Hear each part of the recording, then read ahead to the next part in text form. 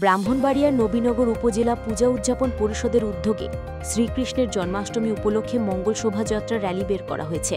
আমাদের নবীনগর প্রতিনিধি শ্যামল বর্মন শিমুলের পাঠানো তথ্যচিত্রে বিস্তারিত জানাচ্ছেন মাসুদুল হক।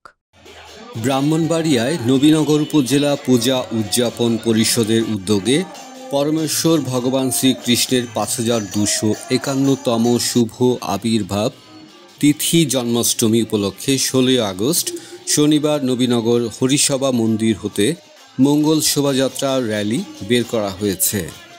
অনুষ্ঠানে সভাপতিত্ব করেন উপজেলা পূজা উদযাপন পরিষদের আহ্বায়ক অ্যাডভোকেট বিনয় চক্রবর্তী। সদস্য সচিব সাংবাদিক সঞ্জয় সাহার সঞ্চালনায় বক্তব্য রাখেন উপজেলা পূজা উদযাপন পরিষদ আহ্বায়ক কমিটির সদস্য প্রভাষক অঞ্জন কুমার নাগ, মানিক বিশ্বাস, সিনিয়র সহকারী শিক্ষক সরস্বতী বর্মন, সুদীপ দেব বাবুল, শ্যামল দেব, শ্যামল বর্মন শিমুল, গোবিন্দ বর্মন, প্রবীণ মুখার্জি, সুমন বর্মন, রনি বর্মন, সঞ্জয় বর্মন, প্রদীপ সাহা সহ ইস্কন, জগন্নাথ বাড়ি ও হরি সংঘের ভক্তবৃন্দ।